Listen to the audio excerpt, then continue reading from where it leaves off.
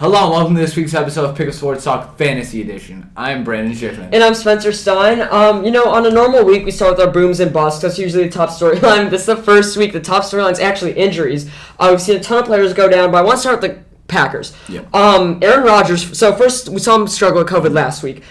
Alan Lazard was out, Devontae Adams was out, and MVS still hasn't come back from his injury. He hasn't played much all year. But this week, we got news today that Rodgers has COVID. He allegedly said he was vaccinated, allegedly isn't. We're not sure on that. But he's going to be out till Saturday, November 13th, which means he's definitely going to miss this Sunday against the Chiefs and might even miss another game, depending on how things go. So just give me your fantasy impact. How do you think this is going to impact fantasy in the coming week? I think that, yet again, we're going to have another big week of Packers run game because I don't think whoever their backup is, I don't know if they're going to start Jordan Love or even Blake Bortles. Yeah, it looks like they're flying in Blake Bortles. They'll sign him. Wow. I think that's going to mean he's going to be their backup. I don't think they're going to turn him around so fast when they've had Jordan Love now for 2 years. Yeah. But he's definitely being flown in to be the backup. Yeah, I don't trust Jordan Love necessarily to lead a productive passing game, so I think we'll see another big week out of Aaron Jones, and A.J. Dillon could get a touchdown here or there maybe. Yeah, and they're playing the Chiefs, which is good. I don't think this is going to be an awful game for their pass game. I think they're going to run it more, but because they're playing the Chiefs, they can actually play well. Yeah. So I think I would not say Adams is going to bust completely, but maybe he doesn't have the same connection with Love. I don't know if I expect a huge game from A.J. Dillon as much as Aaron Jones, but I do think they're going to be run dependent. I think Aaron Jones is going to be their top scorer this week. I think Aaron Jones has 30-point potential in fantasy just because those red zone passing touchdowns are big, and he'll get the run game. Yeah, if they're playing a team like our Bears, I'd say they're only going to score 13 points. But because they're playing the Chiefs, I still think they could get up there in the 20s, which means decent fantasy play. But if you have Rodgers, you have to go out there and look for a backup. We'll talk about that more when we talk about a few of our waiver wire ads. Let's move to the other team that's having a lot of COVID issues that came out today, even though there's a couple. But the New York Giants have had 13 positive tests, and Saquon Barkley was supposed to come back this week after an absence, but he missed practice today. What do you think about this? They're just a mess. I mean, there's not much more to say there. I know Saquon owners right now are just mad because every week he seems to be inching closer and closer just for him to fall back another week or two. And it's just upsetting. Let me say this. Giants fans have admitted defeat. They know it's over. They know the season's over. They're just hoping for that draft pick. They're not winning this week. But for fantasy purposes, I still don't trust Kadarius Toney. Last week he had a laceration in his thumb, which means he got stitches, and that you can't play with stitches. So I don't expect him to play this week, even though he was a limited participant Wednesday. So he might, but I don't trust him if he plays. Daniel Jones will be fine. I mean, they've been fine without Saquon. I'd just be more worried about them losing other guys.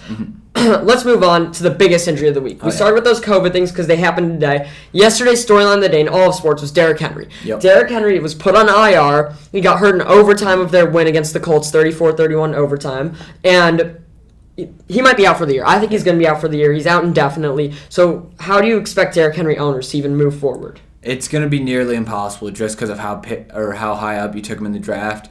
Hopefully you have an RB2 and an RB2 that's worthwhile and potentially a backup to that RB2 just so you can move on, but it's going to be extremely tough considering especially how good he was doing all year and how healthy and stable he's been his entire career. Most Derrick Henry owners probably didn't expect this to happen. Yeah, I don't think Jeremy McNichols is a solid fill-in either way. I think you need to have a different bench guy. You know, your Elijah Mitchells of the world, your Michael Carter's. I talked a lot about him last week. Looks like he's definitely startable. I think he's an RB2. We'll talk a little bit about him during our booms, but I think Adrian Peterson is not going to get many carries. I think this is Jeremy McNichols' backfield. I still don't think he's startable though. How do you think this affects the pass game? I think they're going to be passing a little bit more, obviously, just because Derrick Henry is the staple in that offense. But I wouldn't say if you're an A.J. Brown or Julio Jones owner, you're getting all that much more out of them just because Julio's been inconsistent, hurt, and A.J. Brown seems to be hitting a ceiling or a floor every week. I actually think this hurts Tannehill. I mean, I think because they're passing more, maybe A.J. Brown will get a target or two more a game. I think Tannehill's going to be forced to pass. It's going to lead to more interceptions, and it's also going to lead to them not winning games. I know it's not what we're here to talk about. We'll talk about that during a regular episode. But I actually think this might even hurt Tannehill, even though he'll pass the ball more. It's going to lead to turnovers. The offense isn't going to be in sync. It could lead to a lot of issues, but I would not want to be starting Jeremy McNichols. A couple other injuries. One more before we get to the non-football related injuries. Jameis Winston out for the season with an ACL. I don't think many people were playing him. Also, Michael Thomas. It's huge. Yeah, I said last week I would not trade for him. That seems to pay off right now, given that he's out for the year too. So given those two injuries, I know Michael Thomas has been out. How does this affect their offense? Because I know a lot of people didn't have Jameis. I think that they're just probably going to run the ball more than they have already. I know Trevor Siemian's their quarterback right now. He isn't great. I don't think that's any secret. So yeah, I think Kamara, he played well. That's true. I think Kamara could get a slight uptick, but I don't see all that much changing. Siemian played well. I still obviously don't think he's rosterable. Kamara's going to get more runs, but I don't necessarily think that's good. I think what you want out of Kamara is more passes. The PPR. So him getting more rushes is good, but you got to hope that doesn't take away from his receptions. The previous game he was only targeted 4 times under Siemian, so maybe he checks down to him more. I'm not sure. But I still don't know if I'd trust any Saints wide receivers. People might be looking like, oh, let me pick up Traquan Smith. I mean, Michael Thomas out for the year, and he's been back the last 2 weeks. And I don't necessarily think any of them get better because Michael Thomas out for the year because he's been out. Yeah. Traquan Smith could start to get some targets because he's a big guy in that offense. But given Jameis's injury, that just takes away from all the receivers. So I really don't think anyone on the Saints is playable outside of Kamara.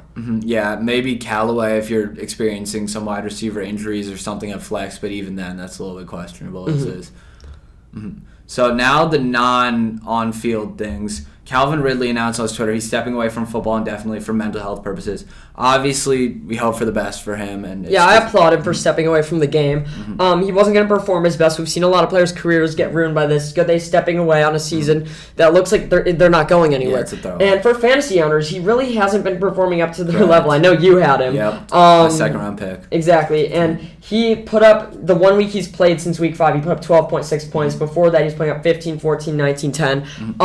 So he was good. Obviously, you were thinking about starting him, but now that he's gone, it's not like you're picking up Tajay Sharp or Russell Gage to fill in. Correct. I think Kyle Pitts might have an uptick in targets. We saw his first drop this week, but he's great. We'll talk about the tight end sustainability. And I think Cordarrelle Patterson, you have the same opinion on him, but I do think, there's enough fill-ins at wide receiver. There's enough bench depth that you could look for someone else. Yeah, absolutely. The other big headline was Henry Ruggs out indefinitely and got cut from the Raiders. Yeah, I think this hurts their team more than anything. Obviously, it's terrible. He got in a DUI, killed a woman, and he was driving at 156 miles per hour, I think we heard. We don't know what's going to happen with him outside of football, but inside, obviously, if you have him in fantasy, it's time to drop him. Yeah, you have no reason to hold on to him now. He is facing a ton of time in prison. Yeah, but it'd be a shame because he can't fill in for you anymore if you have injuries because that time of year is rolling around. Let's move on to things from last week, week 8, our booms.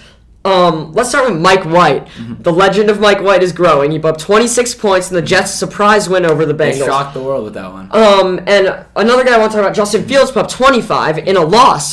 He finally had those big runs. I think that's a lot that's credited to Nagy being gone. Even though Bill Lazor was still calling the plays, they felt more free to let him leave the pocket. I haven't seen Fields play so well yet. That was the best he played, even though it was in a loss. It's because he left the pocket. Yeah. But do you think for either of them it's a fluke week? Because Mike White, it was his first game. Might not be a fluke. Fields, Nagy was gone. Might not be a fluke. So do you think either of them are rosterable? Maybe they'll break out or no? I think that both of them could be guys you consider to roster, but obviously you're probably not starting either of them. That's just kind of how it is. I wouldn't say we have enough evidence to say it's a fluke yet. Obviously Fields hasn't been performing to that standard. We haven't seen that yet. But White, there's nothing to base it off of, so I'm just going to hold him to a slightly lower standard. Fields, I'm just saying, was a big week out of him, but I think that there's potential for that in the future. Fields has potential to be a fantasy starting quarterback next year. I wouldn't trust him this year. You have no reason to roster either of them. Even if your quarterback situation's bleak, if you maybe really, really need a breakout, you could go for one of them. But I think there's better guys out there, like a guy we talked to about later, Carson Wentz, Mr. Consistent. He didn't boom, but he had those 20-ish points he's going to get every week. Two other booms, Josh Allen, 29. I don't really know if this is a boom, but, it's obviously great if you have him. The biggest and Jimmy G at 27. Against our Bears. I know you're considering saying, is he rosterable? Is he good backup? No, even as a backup, he had 2 rushing touchdowns. It's that easy. That's 12 points right there if it's 27. He's not rosterable. Yep. Let's get to the running backs. I alluded to Michael Carter in that big Jets game having 32. Now I kind of want to start talking about this. Last week I talked about Michael Carter and said he's a good guy to have on your roster. I have him, and I think he's going to turn into a solid RB2 like DeAndre Swift did last year. Here's my thinking. I think people are going to be like, oh, sell him high. I'm not in that market. I obviously don't think he's going to score 32 again like he did this week, but I think he's going to be consistent, 14, 16, 20-point performer. I think Mike White's better for him. I really hope the Jets stick with Mike White for the rest of this year just because he's outplaying Zach Wilson. But I think even with Mike White gone, Chris Carson's definitely startable, even though he's not going to put up these 32 numbers again. And I wouldn't sell him high. I would, wait till he proves himself as consistent, then sell him saying he is consistent, wasn't a fluke week, unless you could actually get true value for him. Mm-hmm. Yeah, I think he kind of stands. He's not at a tier of his own by any means, but he's definitely above a bench running back right now, and he's proved it the past couple weeks. Definitely a star. Earlier in the year, I definitely wasn't as high on him as you were. We all thought you were weird for that, but now look at you, you're right.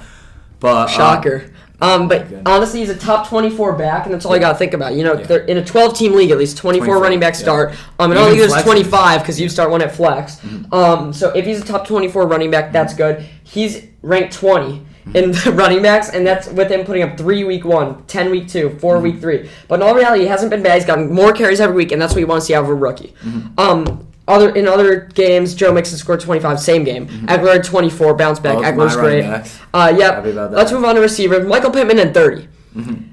Is he a receiver 1? I think so. I think he's right around that receiver 1. Oh, the guy who was arguing maybe he's a flex. I mean, that was a couple weeks back, mind you. I think he's right there. He's been consistently performing. He's Wentz's favorite target. He's the wide receiver 1 on that team. It has been clear, it's established. He's their guy, and he's getting more targets than most wide receivers in fantasy. Yes, he can be your number 1 receiver. I think I said this last week, and you could definitely win with him. He's not a top 12 receiver, Correct. Though, so I'd say he's on the fringe. It's crazy if people are arguing if he's a flex or receiver 2. He's probably closer to receiver 1 than anything. I'd still put him in that receiver 2 tier. I'd put him numbered 20 maybe. Yeah, exactly. But the value he has is what you're going to sell him at. It's not like anymore sell high, buy low. He is what he is. He's going to be like that going forward. I have him in the Dynasty League. No one really cares about that much longer. But I think Pittman is going to be the number 1 guy for years to come. We saw T.Y. Hilton go down with an injury this week. He, I don't think has much more time left in his career, so Pittman's going to be the guy there, and I love what Wentz has been doing. They have the connection. Staying in that division, A.J. Brown at 31. I think he's up there where you drafted him. I said I think a few weeks ago he's going to start performing there, and I think for the rest of the season you could trust him as that receiver 1. Yeah, he's been good the past couple weeks. And Godwin happened to be the Buccaneer this week to break out. Correct, yeah. I think Godwin had a big week, obviously. Let's get to tight ends, though. There was only one major tight end boom. I think we can probably agree on that. It was TJ Hawkinson having 18. Do you think that was him getting back on track? Kind of. I mean, I don't necessarily think it was a huge boom. We've seen him on and off. But I think that he's definitely startable. He's definitely consistent. Or he's not consistent, but you have to start him if you have him just because there's no one better out there. The tight end position, especially with Kelsey only having, I think, 3.4 points this week, it's just a less valuable position. They're honestly, I hate to say this, drifting towards the kicker defense category. Yeah. If you have Hawkinson, he's kind of back on. He's going to stay the same. He's going to do what he's done all season. 18-point games, 5-point games, back and forth. Maybe a 20 here and there. 20, exactly. 25 plus. If you get lucky. Yeah. Let's move on to our bust. So, let's start with Mahomes. He had 14. It's not a huge bust. Yeah. However, in the last 2 weeks, he had 7 and 14. But before that, he's still the quarterback 6 in fantasy, despite those 2 bad weeks. So, let's keep this quick. We've talked about him a lot, but is he a top 5 quarterback from here on out? Top 5 skill-wise, absolutely. Fantasy-wise, fantasy-wise, I held a very strong opinion on last week, and I'm not going to fall back on that. That's just me being real with you. I think he's right around top 5, but he's not top 5. Think it's a dumpster fire? I know that's your term last week. Josh Allen's better than him. Lamar's better than him. After that, it's really debatable. Yep. I think I'd still probably put Mahomes 3, not for the upcoming week, just because we haven't seen good out of him. But before those 2 bad weeks, even with the Chiefs playing bad, he was putting up numbers.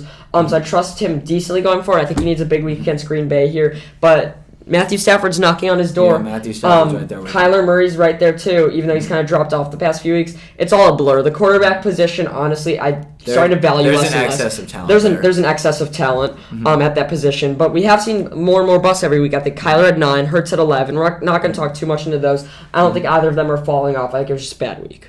Correct. So some running backs, let's start with the 2 main ones who are first-round picks or maybe early first, early second. Dalvin and Nick Chubb both had 7 points. What do you think went into this? Is this injuries? What's going on? So I want to start with Dalvin. So Dalvin, the first 2 weeks looked like regular Dalvin. Then he was hurt. Then he played and had 6 points. Then he was hurt. Then he played and had 22. Then he was on bye. This week he had 7. I don't like the trade value of Dalvin because he's injury prone, because we haven't seen him be great since the injury. I do think he will get back on track soon, but it's not a guarantee. Yeah. So that's how I value him. I still think there's a chance that here on out he could be a top 5 back. Yeah.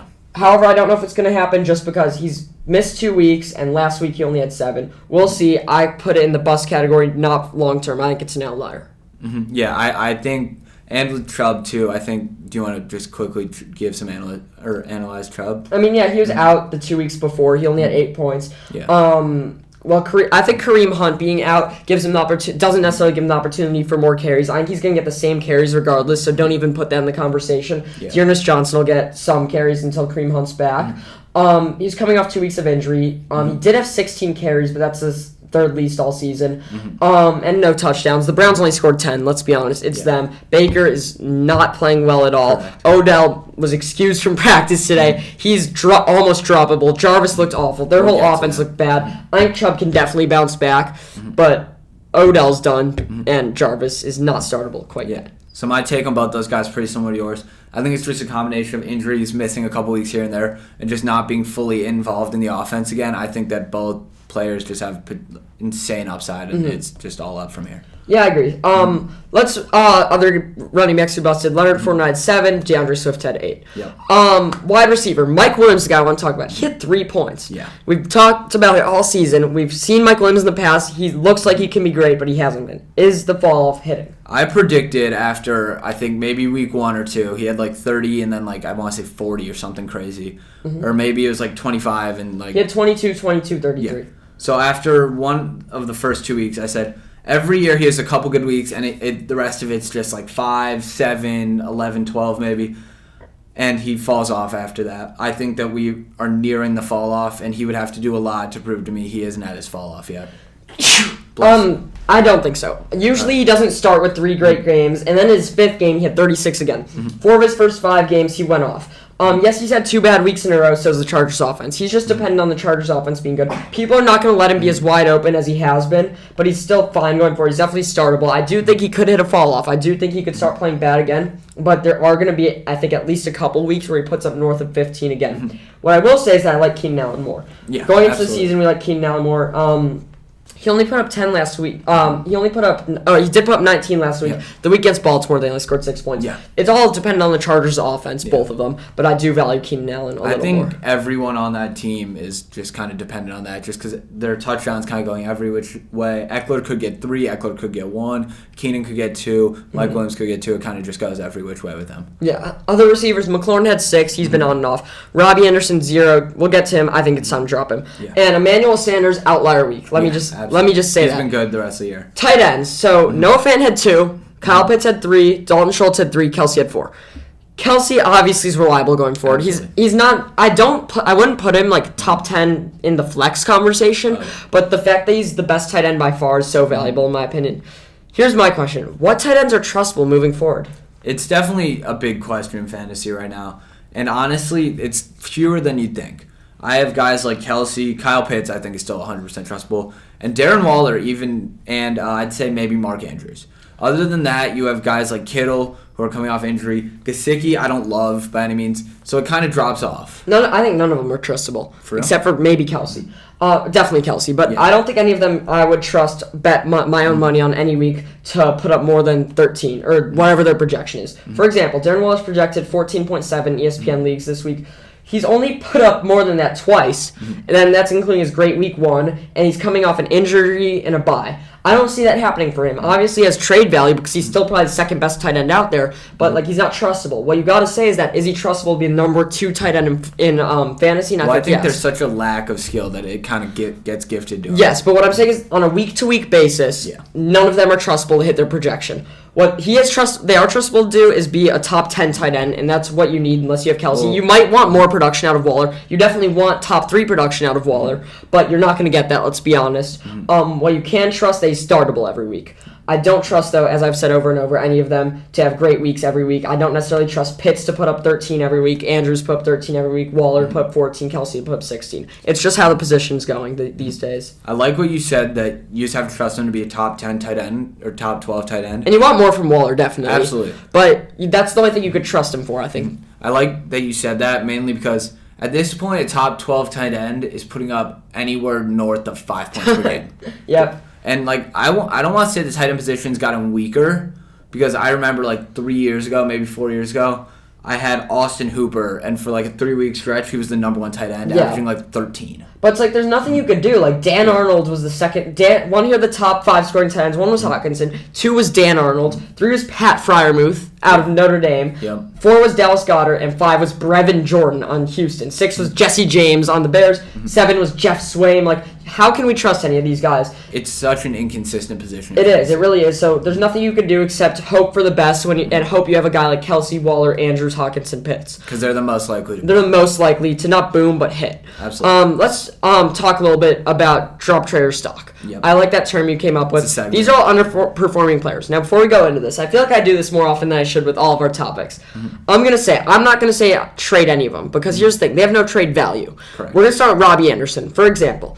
No one's trading for Robbie Anderson. Correct. If you'll be lucky to get someone's backup defense for Robbie Anderson. I'm not saying necessarily drop him. I would definitely drop him if there's a guy out there on waivers you want more, specifically like Jamal Agnew. I love what he's going to do going forward. He's been starting to get more and more targets on Jacksonville as he's getting closer with Trevor Lawrence. So like I'd pick him up over Robbie Anderson. Don't feel the need like you have to drop him and not pick anyone else up, but you're not trading him. Yeah, correct. I think Robbie Anderson is walking this line between trade and stock just because you're probably not starting him for the rest of the year. I know in a 12-man league, I don't even have Julio starting. We'll get to him later. So I think you got to stock him right now, but you should be very... Stock him? I think you're for what? I think you're mindful of dropping him. Very much mindful of dropping him. I mean, you say you want to stock him because he was good last year, but he's gotten 0 last week, 4 last week, 10, 5, 9, 1, 6, and 12. Like, he's not going to go off. Like, it's true. We're waiting for something to happen that's not going to happen. He could have those big weeks. I'm not saying stock him. I'm saying keep him if there's really no one else better out there. But you got to think about him in terms of what he's done this year. Yeah, he's been underperforming this year, and I think, honestly, at the beginning of the year, there's hope because the Panthers were doing so well, and Darnold and DJ Moore were clicking, that maybe one of these weeks it could go to Robbie Anderson because they've played together already in New York. But it seems that Robbie Anderson brought out New York Sam Darnold. Yeah. Odell, who also played in New York, he's a guy you kind of have to suck just because his name value. If you can trade him for anything, try. In an 8-man league, sure, go drop him. I think he's very droppable. I don't see it coming. I think there's a chance he doesn't play again this season. I think they might actually... They're not going to release him just because how much they paid him, but it's looking like his future at the Browns is short. It's over. Baker, maybe they'll get over it. Maybe Baker will target him more coming up, but I don't trust him to do anything, but I think you got to stock him. Yeah, I think he's just one of those guys you got to keep around, but it's honestly looking horrible for him. He's literally right with Robbie Anderson, only averaging 0.6 more points per game, and he's more injury. And I feel the same way about Allen Robinson. He's just not gelling with Fields. I mean, keep him on your roster if you have to. If there's a guy out there, I'm just going to say the same thing for basically all these guys. If there's a guy out there, go get him. If not, keep him. I'm going to say the same thing about Julio. If there's a guy out there, sure, I'd still keep him. There's nothing much more to say than that. The guys who are interesting are the running backs. Yep. Antonio Gibson, I don't think is trustable to start. I truly think you could viably bench him. He's also hurt. I think the same applies for the guy right above him. Edwards-Helaire? Edwards-Helaire. I don't know. I think week 1, if you have someone else, if you have Michael Carter in his first week back, sure, go start Michael Carter. We both hate Helaire. He's still startable. I hate to say it. Week 1, if you have someone, his first week back, which is probably going to be this week, if you have someone better, go start them. But Edwards-Helaire long-term is going to be startable, and he has no trade value, I think. Mm-hmm. Yeah, I think his values hit the floor just because of how injured he's been throughout his career and how he's just been underperforming. It seems like week 1 of 2020 season was honestly the best game of his career, and it's just gone down ever since. Yeah. Other guys, Saquon. If you could trade him to some Giants fan who really wants him, go do it. Mm-hmm. I don't love what he's going to do going forward. Maybe he'll turn out great, though. Yeah. I don't trust him his first week back. You probably have to start him if you have him. Honestly, if you have him, you're probably starting him because your team is not doing too great right now. But I'm scared. I have Saquon in one of my leagues, and it's been the pain of my existence. I'm honestly standing by that opinion. Yeah. So we talked about our waiver ads a little bit with injuries. I know we don't necessarily trust like Tajay Sharp or all these backups, but what backup do you think is the most trustable that you could pick up? For the running back position? Any position. I'd honestly say, he's by no means a backup. The player who I think is going to have the most uptick, though, from like an injury or something. Who should you pick up? Who should I pick up? I think Agnew. I think that was a great point. I was actually going to harp on that. I saw a graphic about him that he's just gotten better every week, and he's the guy I was looking at. He's definitely got to pick up. Last week I said Kenneth Gainwell was going to break out. He didn't, and that's because Boston Scott. We saw Boston Scott play well last year in Sanders. I don't think he's going to do any better than Sanders but I do like Boston Scott a lot. I think he's startable. I might even start Boston Scott over Edwards-Helaire this week. I think I truly would. He's on my boom. I truly would. So let's get to our boom bust predictions of the week. Yeah. We're the same at quarterback. I'll let you take him. All right. My quarterback boom, which Spencer also has, Tua versus Houston. I am legitimately a Tua hater at this point, I think. He's your boom. But he is my boom. I believe in him this week. I have a weird feeling. Also, it's Houston, so there isn't much more to say there. Yeah, I agree. I feel like I've said he's going to boom a lot. I think it's going to happen this week. I'll get to my QB bust since you kind of, you got all the Tua out of me. Yep. Ryan Tannehill. I think Ryan Tannehill, as I said, is going to do worse with Derrick Henry. They're playing the Rams. That defense is insane. Now they have Von Miller. They just keep getting better. They keep getting better. I don't see him having a great week. He's also not eclipsed 21 this year. Sub 20 game. I think he's actually going to bust and put up in that 13-12 category. My quarterback bust is a guy who was seen as a bust last week with 11. I think he could potentially do a little bit worse than that. That's Jalen Hurts. I've never fully believed in him as a as a quarterback. And in fantasy, he's been doing good all year, but I think he set an unrealistic expectation for himself, and I don't think he gets that point again. Yeah, so let me talk about my running back boom. I'm going to tell you about two players. Player A has put up 15 and 15 in the last 2 weeks, and player B has put up 17 and 21 in the last 2 weeks. Player A is Josh Jacobs, player B is Kenyon Drake, and that's Kenyon Drake. That's all since John Gruden has left the team. I think Kenyon Drake is honestly starting to get just as much just as many carries as Josh Jacobs, not necessarily as many carries, but as much volume. Yeah. I think he's as involved. They're really using him well, and I think it's going to turn into how kind of Arizona turned into when he went there and David Johnson was there. I wouldn't start him by any means. I don't trust him, but he's my prediction to boom, especially against the sorry Giants. And Josh Jacobs is questionable. He's coming off injury. He's always hurt. I'm giving a big week to Kenyon Drake. Fair. If you have both of them, I think you still have to start Jacobs. My running back boom, a guy you name dropped earlier, so there isn't much more to say there. Boston Scott versus the Chargers. I think he has a big week, especially if Hurts doesn't have a huge week. My bust hurts me to say. Michael Carter. I can't believe I'm actually saying this. I think Michael Carter is so trustable going forward. Let me tell you that. I put him in that RB2 category. I put him in as one of those guys who's projected around 15 every week. However, he's playing on a Thursday night. The Colts have a good defense. They're going to be targeting stopping the run game, and I think Mike White might not have a great week again. If those things don't happen, tend to happen twice in a row. I love Michael Carter going forward. I think this is going to be a bust week for him, and I think if you don't have him, go out and trade for him after this week. He's going to have a bad week. His value's going to plummet, and then go get him because he's still trustable going forward. This is just going to be one bump in the rest of his great season. My running back bust was Saquon versus Las Vegas, but I'm not too sure about him playing this week.